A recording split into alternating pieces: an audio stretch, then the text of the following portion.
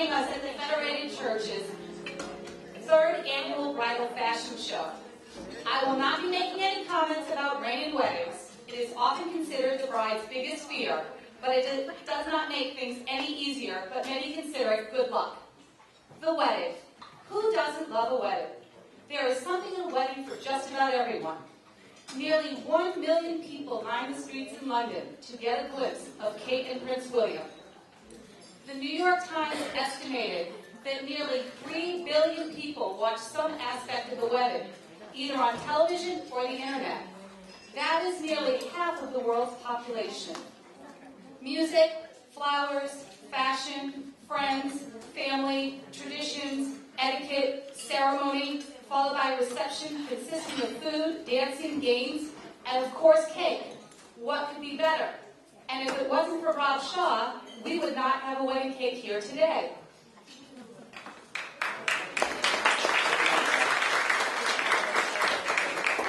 A wedding is a pledge that should last a lifetime.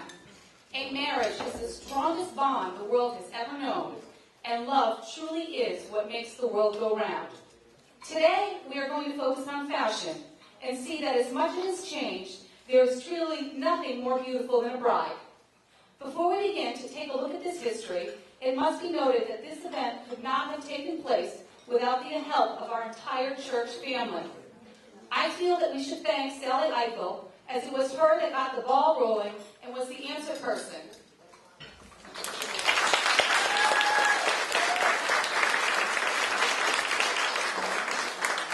We should also thank Liz Davey, as without her, we would be very hungry, and in my mind, there is no better cook in the world.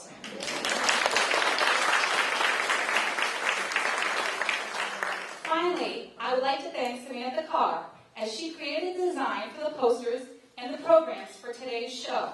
And I would also like to thank my mom, Maddie Canareggi, because this is just a few of her hats.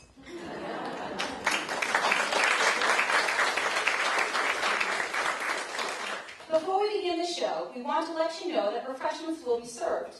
Please feel free to have someone from your table replenish your sandwiches and sweet plates at the back table. Raise your hand if the teapot on your table needs refilling, and we will bring you a fresh teapot. If you prefer punch, bring your cup to the bowl. We are selling raffle tickets to win some of the fresh bouquets or a hanging plant. The tickets are $1 each, or 3 for $5. We will be having the drawing at the conclusion of the show. You must be present to win, and you will have one more opportunity to buy tickets. We are going to begin our show in a traditional manner.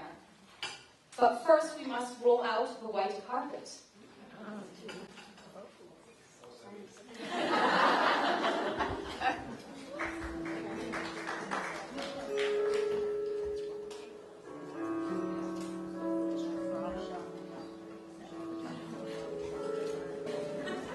We are going to begin the show in a traditional manner, having a flower girl and a ring bearer.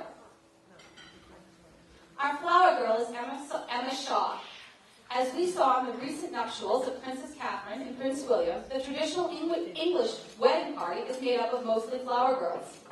Flower girls can drop petals, or in earlier times, they would drop rice as a symbol of prosperity. However, this became very dangerous, as rice can be quite slippery and difficult to walk on. Emma is wearing a traditional white flower girl dress, enhanced by a pink sash, letting us know the bridal party was wearing pink. You will also notice she is wearing a pink sparkling headband. It is common for flower girls to wear some type of tiara, be it floral or ribbon or jewel. Keegan is in our traditional ring bearer suit. The history of ring bearers goes back to ancient Egyptian times, when young boys presented jewels on rare ornament pillows during wedding ceremonies.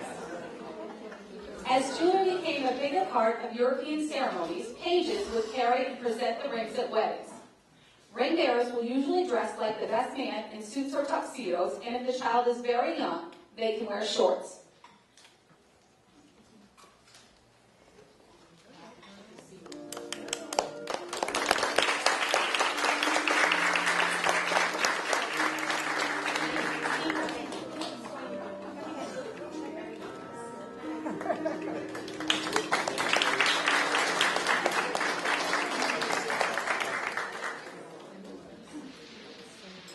Our first gown hails from 1873 and came to us on loan from Susanna Brown, a New Norfolk resident.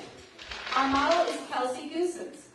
The gown is of German origin and was worn by Susanna's great-grandmother, Sarah Van Balen.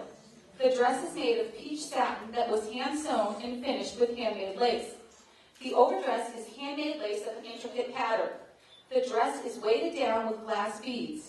The veil is a cap with a long train and is adorned with wax replica orange blossom. The orange blossom was one of the most prominent wedding flowers for years due to their strength, fragrance, and color.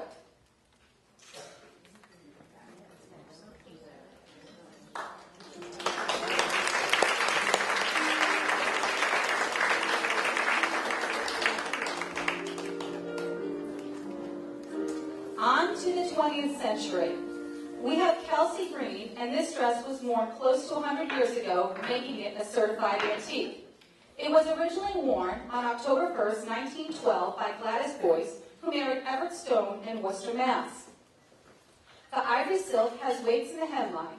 However, these are not made of glass, but metal. The lace on this dress was hand-loomed, and we can guess that much of this dress was also hand-sewn. Not much else is known about the details of the wedding, except there was a long lace veil. But for those of you that can recall the movie Titanic, it is easy to picture a dress like this on the boat.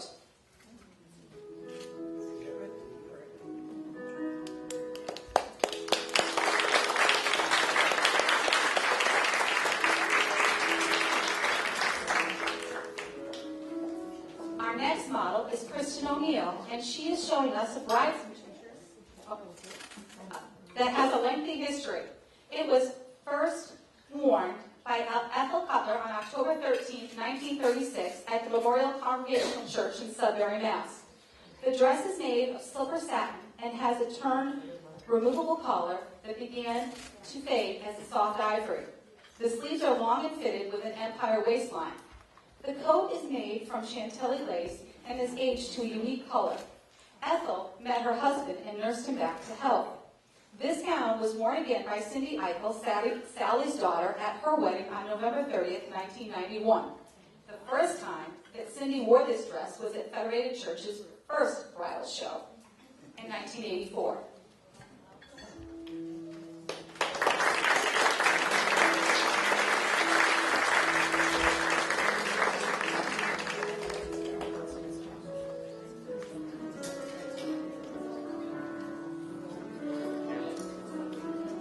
Our next model is Ann Smith, and she is showing us a bridesmaid's dress that was worn by Sally Eichel's mother in 1939. This crepe dress has metal studs and gold snaps. There is gathering at the shoulders, hand-sewed ruffles on the hat that complete the outfit. At the turn of the 20th century, there was a wedding tradition that whomever made the first purchase after the wedding, the bride or the groom, that person would have the upper hand in the marriage. Brides often made deals with the maid of honor to buy something small, either a perfume or a lipstick, immediately following the ceremony to ensure that they would have the upper hand in the marriage.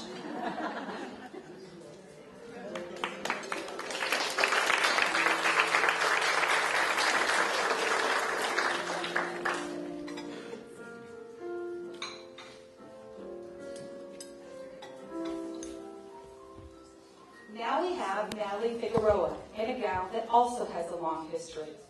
It was originally worn by Ruth Pinnock in 1946 and is a classic princess gown made of slipper satin. The gown was worn again by Ruth's daughter-in-law, Julie Holmes, on June 9, 2001 at a wedding in Stowe, Vermont. The gown was not altered in any way for Julie.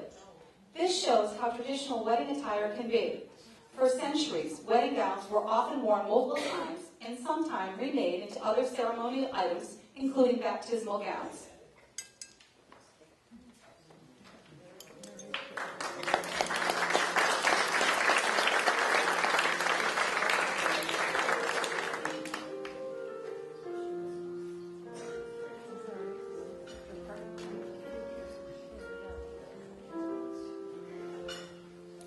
Now we are going to skip the 50s and move ahead to the 60s. Cheryl Whitmore is wearing her grandmother's, Marjorie Knopska's, gown. This was worn on February 20th, 1960 at the Highland Congregational Church in Roxbury, Mass. This is one of the first close to 50 gowns that Marjorie has made, and it is not the only creation we will see today. It is a traditional gown with a vast waist and the rosette cascade in the back. It is white chantilly lace over slipper satin.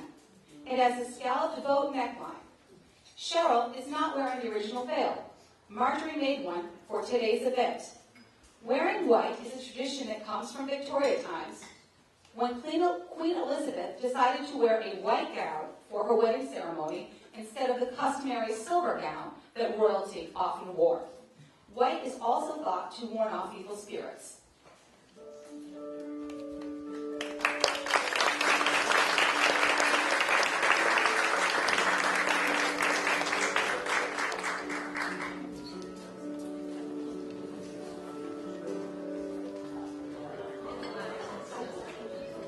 Here comes Laura Carr.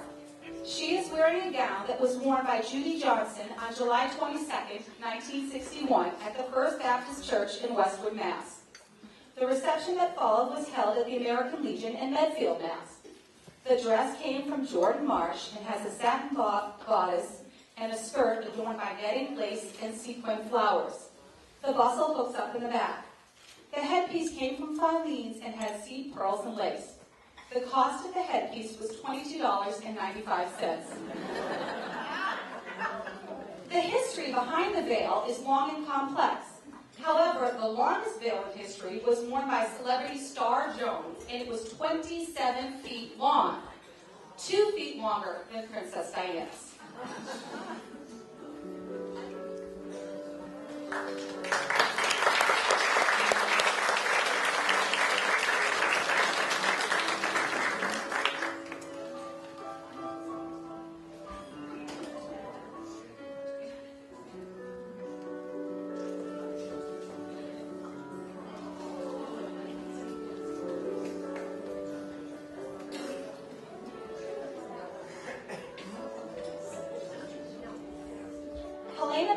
Is wearing a more contemporary flower girl dress that is adorned with actual flowers. There have been many wedding ceremonies that have been stolen by the adorable flower girls. However, the new trend instead of flower girls has been replaced by flower girls, flower dogs. Yes, it is true. Many brides are so devoted to their furry friends that they want to include them in their special day.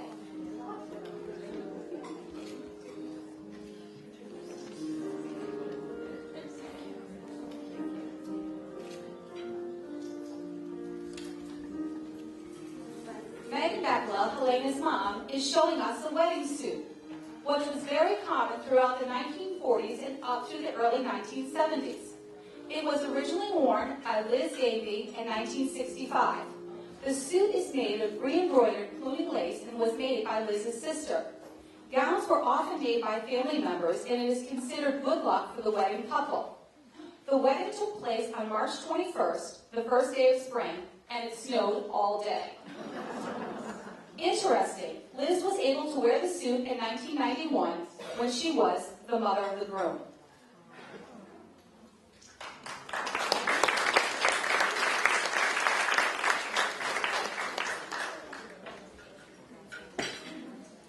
Speaking of snow, here we have Tracy Crosby, who is adorned in a winter bridal gown from 1968. This is a velvet A-line dress that was made by the bride, Monica Weiss, using a pattern for a dress she already had. There is white rabbit fur on the headpiece and also on the bell sleeves. The weather that day in Durand, Wisconsin was 0 degrees Fahrenheit. The bride carried a prayer book with orchids and hyacinthus and also made the dresses for the bridesmaids.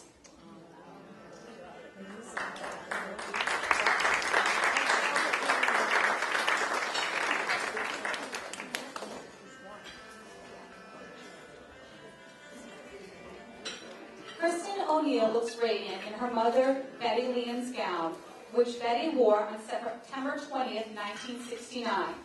The ceremony was performed by two ministers, a father and a son, at the Hyannis Federated Church.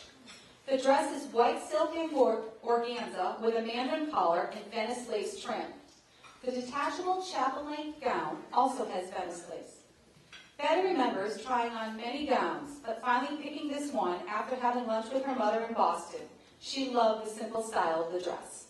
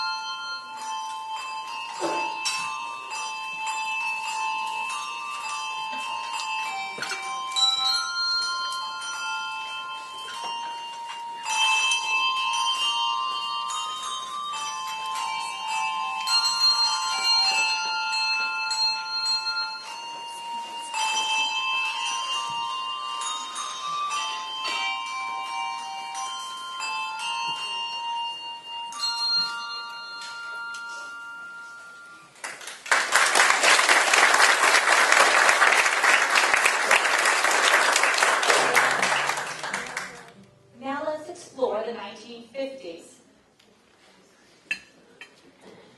Kelsey Green is wearing the beautiful gown that was worn on Barbara Evans in 1951 at a ceremony that took place here at Norfolk Federated Church. The gown was made by Barbara Evans' mother, Irene Stone. This gourd full skirt has a cathedral-length train. The gown has a side zipper and working front buttons. After the wedding, Irene put away some of the leftover fabric with the gown in case it was worn again and might need some alterations. Mothers are always right, because the dress was worn again by Barbara's daughter, Nancy Holmes Evans, in 1982. That ceremony also took place here at the Federated Church of Norfolk.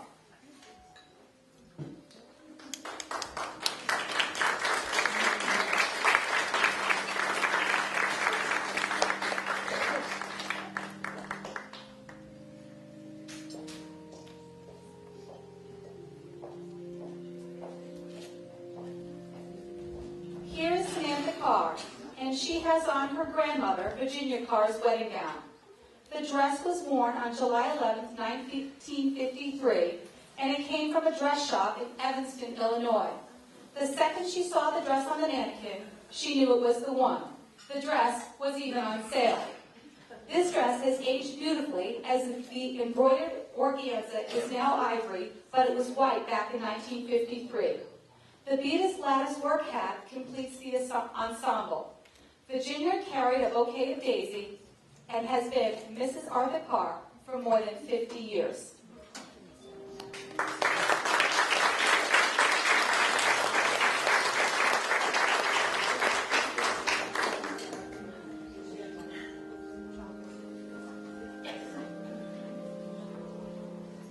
This dress, modeled by Kelsey Goosens, has had quite some history here at the Federated Church.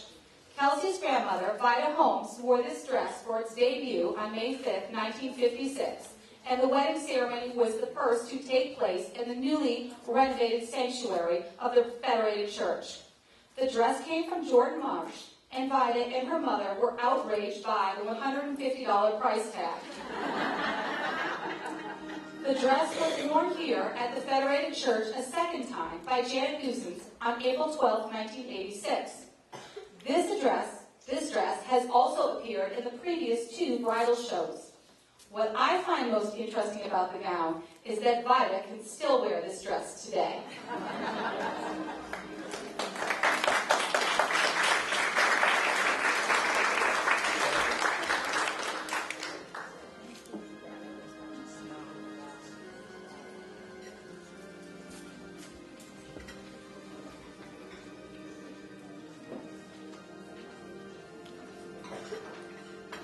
We are up to 1970. Now we have Laura Carr, wearing a gown originally worn by Phyllis Payne on January 30th, 1971 at the First Congregational Church in Shrewsbury, Mass. The gown is candlelight satin with chantilly lace and pearls at the neckline. The Juliet cap has a fingertip veil. The cathedral-length train fell off during Phyllis's wedding ceremony. We are not sure if this is good luck or bad luck. However, wedding tradition indicates that seeing a lamb, frog, spider, or black cat, or even a rainbow on a wedding day ceremony is to believe a sign of very good luck.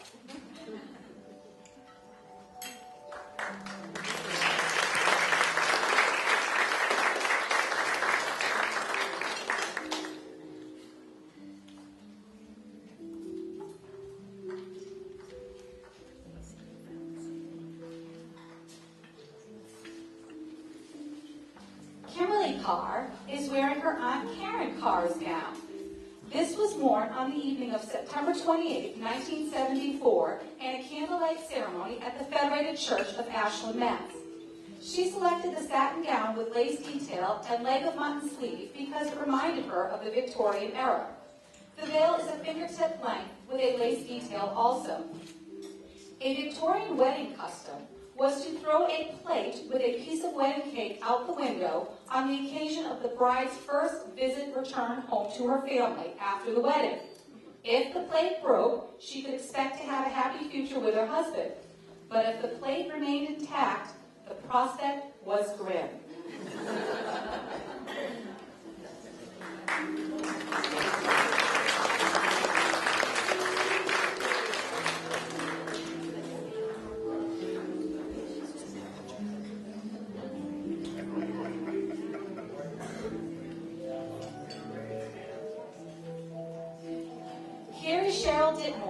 Wearing the impressive gown that belongs to Vivian Teague, worn on November 16, 1974. It is interesting to see how different this gown is from the previous gown, as they were only worn about a month apart. This is an empire gown with Princess Anne sleeves that surprisingly had originally blue ribbon.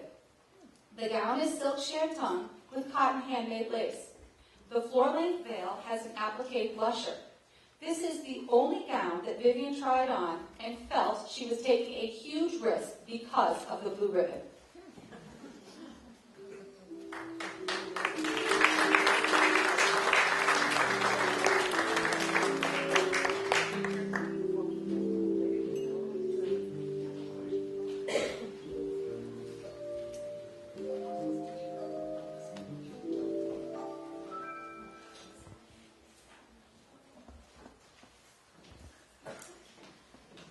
Now we have Kristen O'Neill, who is wearing a gown originally worn by Jennifer LeBlanc. She was married on October 27, 1978. This gown is also the work of Irene Stone. It is made from Kiana with lace insets, which also appear in the veil. For centuries, the most popular wedding month was June. You see, during the 1400s and the 1500s, May was the month of the annual bath. Yes, just as it sounds, back then people were only allowed to take one bath a year. As such, the all-over population smelled pretty good in June. It was a good time to hold a special event like a wedding. However, here in New England, since the early 1970s, October has been the most popular wedding month.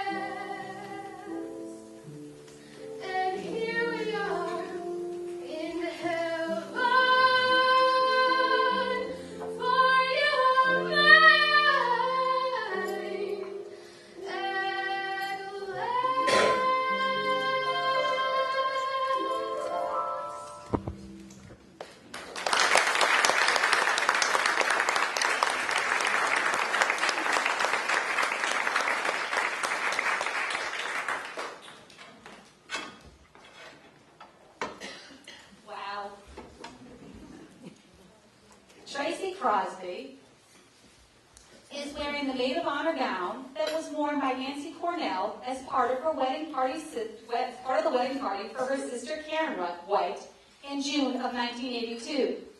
The gown was again worn to a prom in 1983. And it was in the early 1980s that bridesmaids' dresses were also very common, worn to proms, thus allowing women to make their first trip to a wedding shop looking for prom gowns.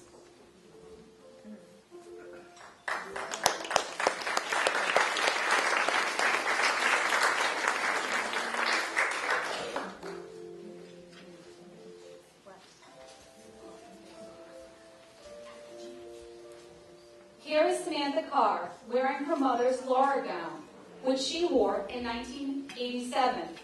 It was custom designed by Laura and created by the former local Country Mouse Bridal House of Norfolk, Mass. The wedding took place here at the Federated Church.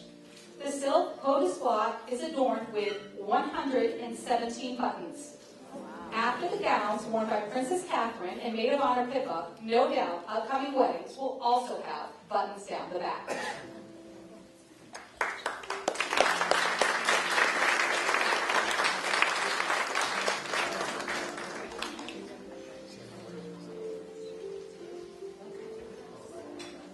Amy Leon is wearing this dress that was worn by Ellen Johnson on May 2nd, 1987 at St. Edward's Church in Medfield, Mass. The dress is satin and has a cathedral-length train with lace-adorned cutouts. The veil has a finished edge and were both purchased from Emerson Dedham. There have been many rhymes associated with weddings. For example, to change the name and not the letter is expected, the worse, not the better. This little riddle conveys the notion that it's thought to be unlucky to marry a man whose last name begins with the first letter as your own.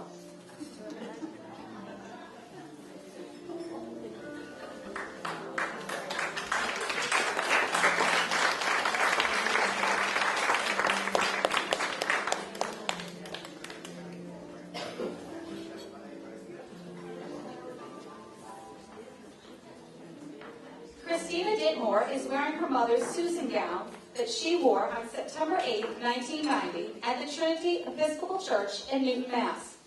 The dress was designed and made by Susan's mother, Marjorie Knospins. You should remember we saw her dress earlier in the show. This dress has over 1,000 hours dedicated to just the beadwork alone. If you notice the rose cascade along the back, you should recall that Marjorie's first dress also had this cascade, and it became a trademark on all of her gowns. Marjorie guesses she has made over 50 wedding gowns. This dress is silver satin, embellished with Alcyon lace and iridescent sea pearls, sequins, and crystals. The lace mitts complete the bridal outfit. The ornate beaded veil was also made by Marjorie.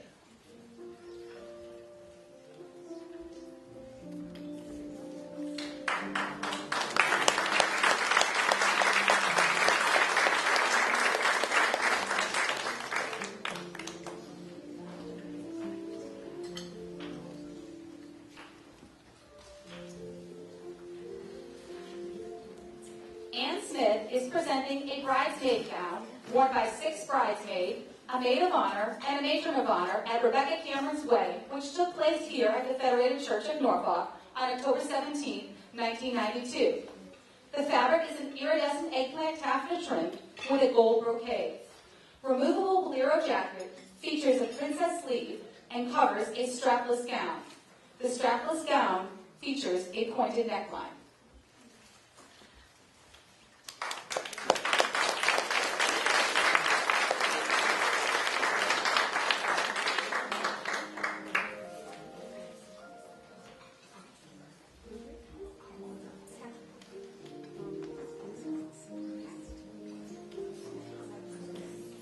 Sabrina Newman looks elegant, and she is wearing her Mother Jean's gown, which was worn on February 3rd, 1996, here at the Federated Church of Norfolk. The satin features pearls with sequins, appliques on the bodice and sleeves. The cathedral-length train also has appliques and cutouts. The veil has a finished edge and features pearls and sequins.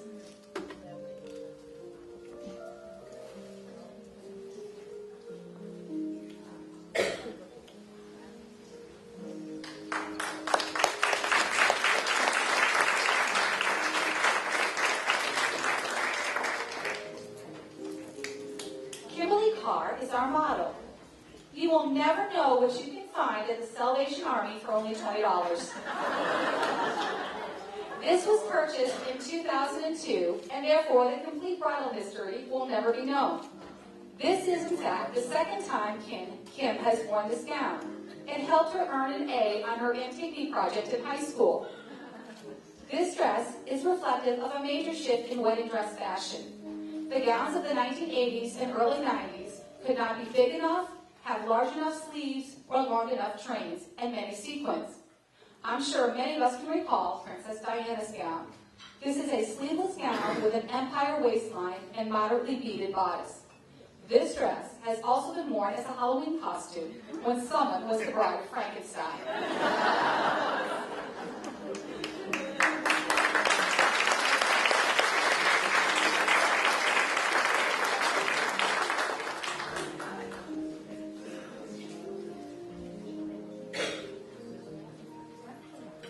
Here we have our flower girl, Sarah Leanne Allen, who wore this very dress on August 26, 2009.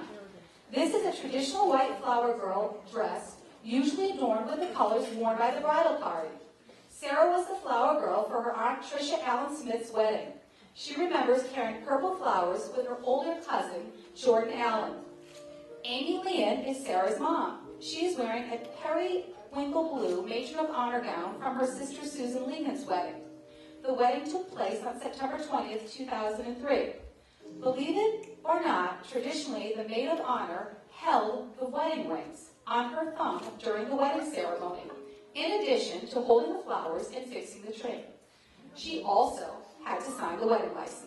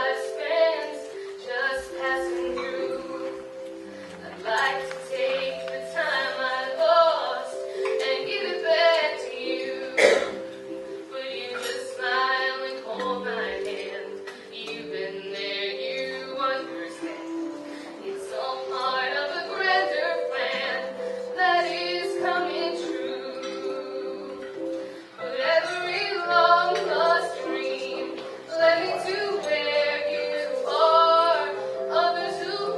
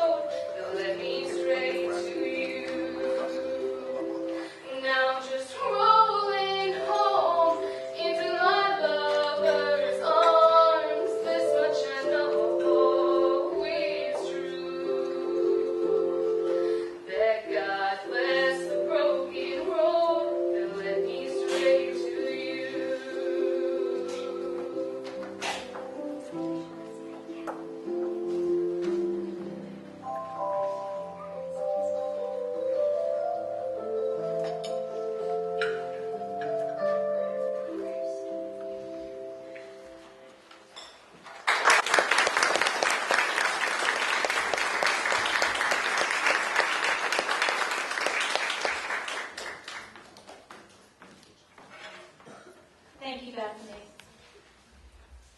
Now we have Natalie Figueroa. This gown belongs to Wendy Gordon, who was married on April 15, 2000 at the Westwood Baptist Church, which is also the church her parents were married at nearly 50 years ago.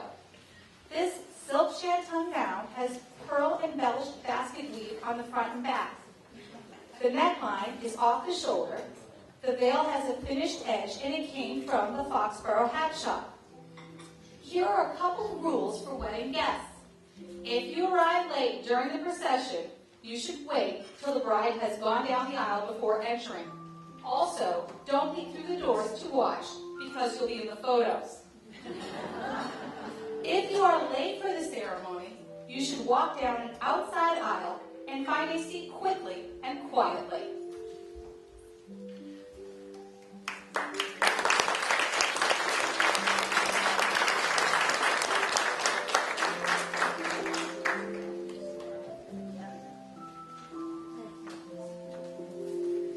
Now it is time for our Mother of the Bride gown. Betty Leanne is showing us the actual gown that she wore for her daughter's christening wedding. All of the Mother of Bride dresses, she felt this was the most formal. This dress came from a bridal shop in Franklin, and Betty was delighted because it did not look like the traditional Mother of the Bride. This wedding took place on October 2nd, 1999.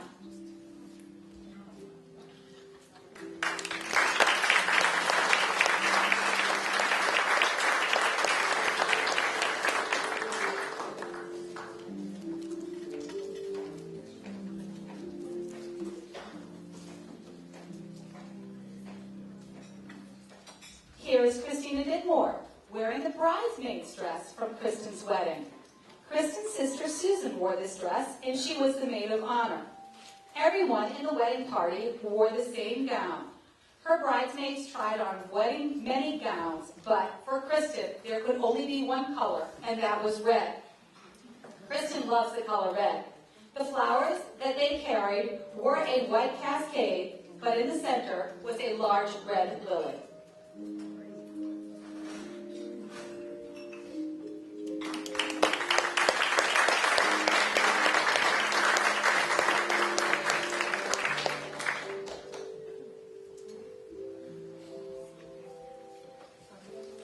And look, here comes the bride. Kristen O'Neill is wearing her own dress. This silk shantung gown came from Cape Cod, and the bride did not even want to try it on. She had tried on close to 30 dresses and felt the spark with this one, although it had no sparkle. The veil features a finished edge without a blusher. The wedding took place at the First Congregational Church in Harwich Center. After the wedding, the reception was held at the Lighthouse, which was the same reception hall as Kristen's parents, Jim and Betty Leanne, as well as both her sisters, Susan and Amy. So all of the wedding attire of the Leanne family ended up in the same spot.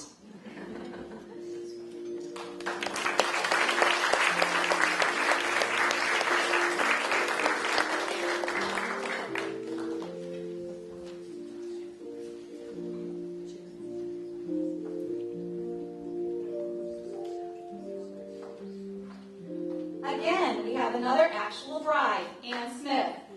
Her wedding took place on July 15, 2006 in Amesbury, Mass. After Ann found many gowns overwhelming, she selected this dress from the special occasions rack that features a satin ivory gown with an A-line skirt with ruching detail at the waist. An ivy flower pattern lace covers the satin, and the same flower pattern sheer lace makes up the off-the-shoulder three-quarter length sleeves. Anne is also wearing a headband-style tiara with Swarovski crystals.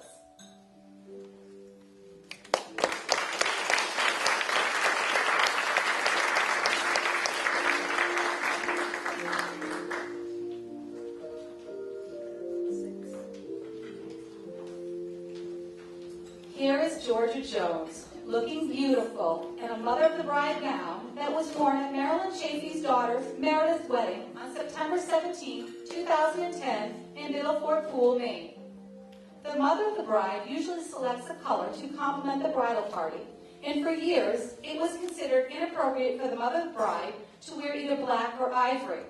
However, black and ivory became popular choices in the late 1980s. The mother of the bride will leave the church just after the bride and the groom and should be the first one at the reception to greet the guests.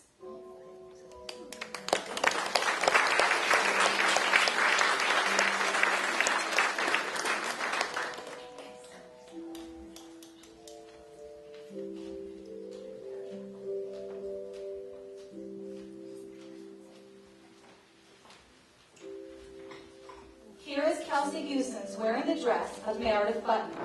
The wedding took place at the Union Chapel and was officiated by Janet Pernevers, the mother of our very own Pastor Scott.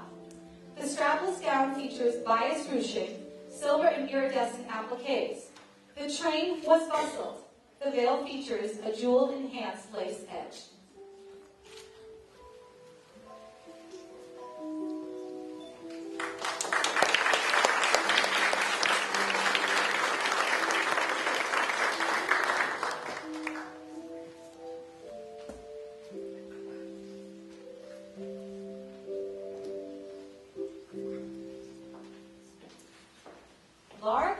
Is presenting us with a bridesmaid's dress that was worn by Sam Selwa on her cousin's wedding in June of 2010. This dress is white with silver thread that features a lace-up back that resembles a corset, and this became very popular starting in the year 2005. The bridesmaid's duties can be vary greatly, but do include planning showers, bachelorette parties, writing invitations, keeping track of gifts, and most importantly, keeping the bride happy.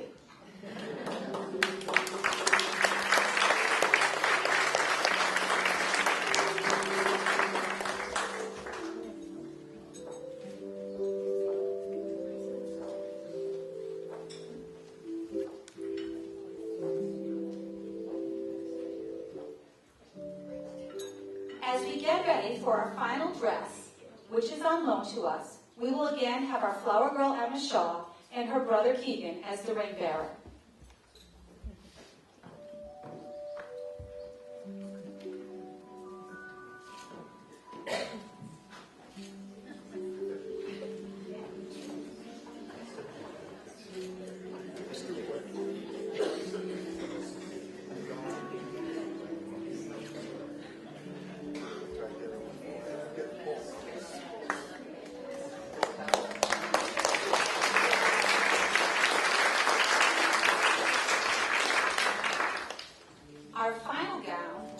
Yet to be worn by an actual bride, but it is being presented by Melissa Greenwood. It is on loan to us from Occasions Bridal Boutique in Wayland, Mass. The gown is by Waters, and it is called the Davenport. It is re-embroidered lace and washed silk organza with a full A-line skirt and veiled lace motifs on the skirt. The gown has a chapel-length train. This is only one of the many gowns that special occasions have to offer. They have a full line of bridal wear, veils, shoes, jewelry, and invitations. But most importantly, they have an experienced staff that will make your wedding dreams come true.